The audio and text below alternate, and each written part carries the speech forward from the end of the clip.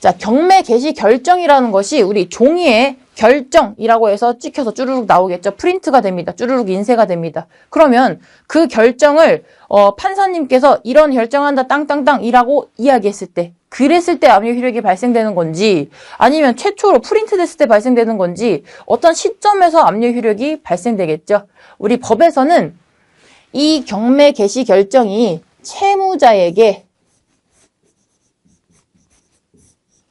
송달된 때와 경매 개시 결정 기입 등기가 된 때, 이 둘 중 빠른 때 압류의 효력이 발생된다고 합니다. 즉, 부동산의 공시 방법은 등기죠. 그렇기 때문에 부동산이 팔리는 강제 경매 절차는 매 순간순간 등기에 기입이 됩니다. 그런데 이게 최초로 기입되는 경매에 관한 등기죠.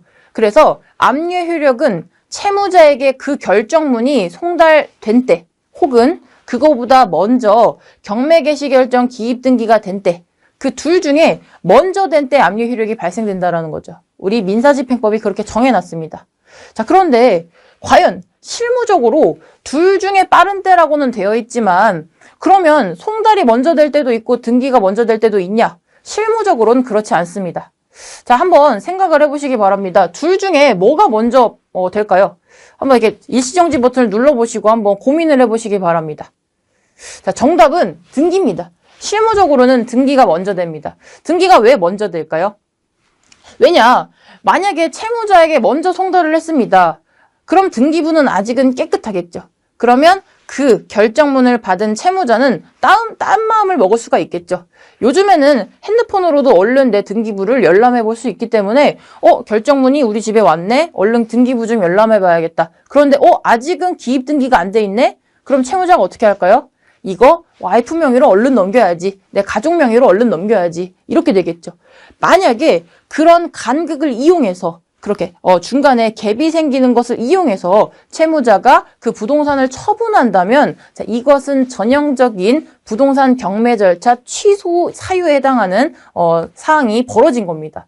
따라서 채무자가 중간에 등기가 안 되어 있음을 기하로 다른 마음을 먹을 수가 있기 때문에 우리 법률은 이렇게 정해놨지만 실무적으로는 어떻게 처리하냐면, 경매 개시 결정이 나왔습니다. 그럼 법원에서는 누군가의 신청을 기다리지 않고, 즉 직권으로 이걸 등기소, 관할 등기소에 넘깁니다. 등기해달라고 넘기는 거죠. 그것을 촉탁이라고 합니다. 자기 스스로 등기하는 것을 직권 등기라고 하는데, 촉탁 등기는 당사자의 신청이 아니라 법원의 신청을 얻어서 하는 등기를 촉탁 등기라고 표현을 합니다. 즉, 법원이 스스로 직권으로 등기소에 넘기면 그것을 당사자의 신청이 아닌 법원의 신청을 받은 그 등기관은 촉탁을 받아서 경매 개시 결정 기입 등기를 하게 됩니다. 그래서 먼저 등기부에 올리고요. 그 다음에 법원은 그 등기가 완료됐습니까? 완료됐습니다. 라고 하는 등기소에 등기 완료 통지서를 받은 다음, 즉 안전하게 등기가 되어 있는 것을 확인한 다음에 그때서야 비로소 채무자에게 경매 개시 결정문을 송달시킨다라는 거죠. 이렇게 해야만 사고가 안 나지 않겠습니까? 경매 절차가 취소될 우려가 있기 때문에 실무상으로는 등기를 먼저 하고 그 다음에 확인한 후 채무자에게 그 결정문을 송달해 준다. 즉 실무상으로는 등기 시 압류 효력이 발생된다. 이렇게 생각하시면 되겠죠. 자, 경매 개시 결정이 나왔습니다. 채무자에게 송달, 그리고 등기부에 등기를 거치게 되면 압류 효력이 발생되게 되는데, 자, 그 이후에는 뭐부터 할까요? 우리 3단계 중에 그럼 이제 뭐 나와야 되죠?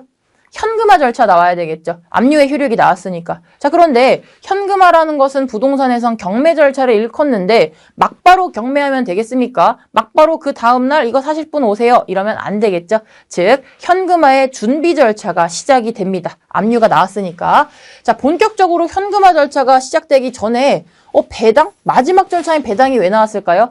배당 절차가 아니라 배당 요구 종기를 결정하는 것. 즉 아까 제가 배당이라는 절차는 이 신청한 채권자가 단독으로 채권의 만족을 얻는 날이 아니라 잔칫날이라고 표현을 했습니다. 즉, 이 채무자한테 빚 있는 사람, 채권 있는 사람이 모두 모여서 일정액을 가져가는 날이죠. 그런데 이 채무자한테 빚 있는 사람, 채권 있는 사람을 우리가 어떻게 알겠습니까? 그래서 이 당해 절차로서 법원은 배당 요구 종기, 즉 배당 요구를 할 수 있는 마지막 날을 정하는 겁니다.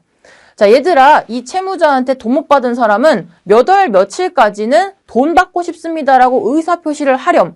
그날까지 의사표시 안 하면 너네들은 이 절차에서는 돈을 못 받는다. 다음에 언제가 될지 모르는 다른 경매 절차에서만 돈을 받을 수 있다라는 거죠. 그래서 다른 채권자들은 내가 돈을 받고 싶다, 내 자신을 알려야 되는데 그 날을 알릴 수 있는 마지막 날을 배당 요구 종기라고 하는 것이죠. 즉 배당 요구, 나도 돈 받고 싶어요 라고 의사표시를 하는 마지막 날을 언제 정한다? 막바로 압류 효력이 발생되면 그 종기를 일단 막바로 정해서 결정하고 알려주는 겁니다.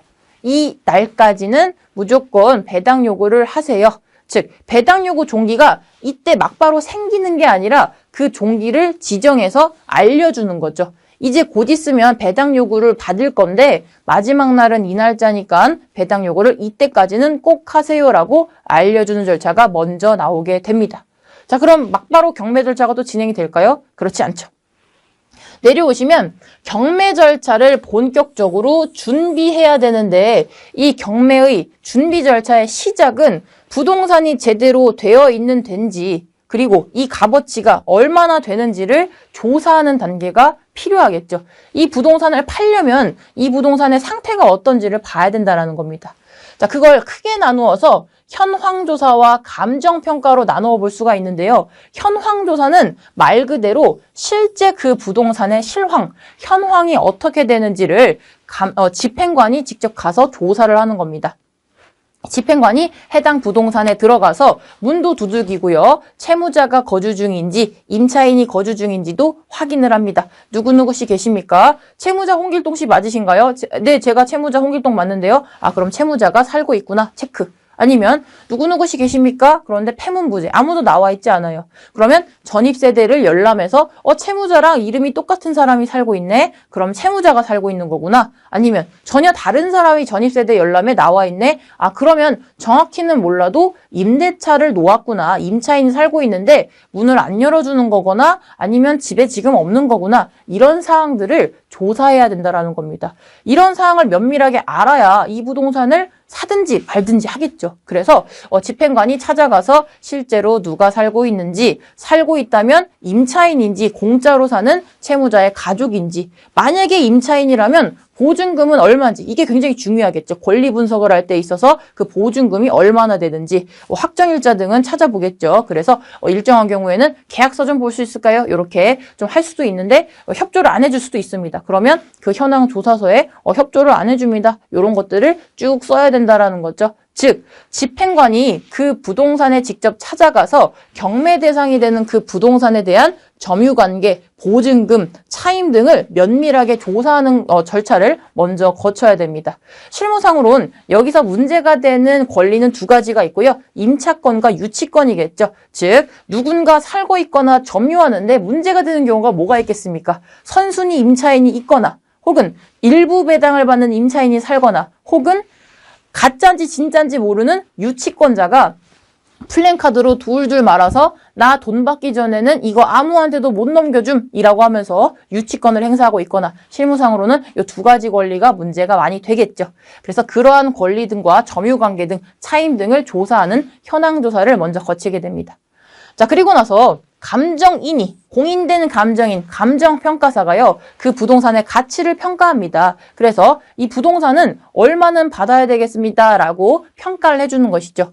그래서 이 부동산은 못 받아도 2억 원은 받아야 되겠습니다 라고 한다면 법원은 그 액수를 참작해서 최저 매각 가격을 결정하게 되는 것이죠. 즉 예를 들어 이 부동산이 지금 현재 5억 원에는 팔리고 있는데 감정평가사가 직접 가서 감정을 해보니까 5억까지는 아닌 것 같고 못 받아도 4억은 받아야 될 것 같은 부동산이에요 라고 한다면 법원은 그 의견을 참작해서 그러면 부동산 경매는 최저 매각 가격, 즉 못 받아도 4억부터 시작합니다라고 결정해야 되겠군이라고 하며 그 부동산의 가장 낮은 가격, 못 팔아도 이 금액은 받아야 되겠다라고 하는 최저 매각 가격을 결정하게 되는 것이죠.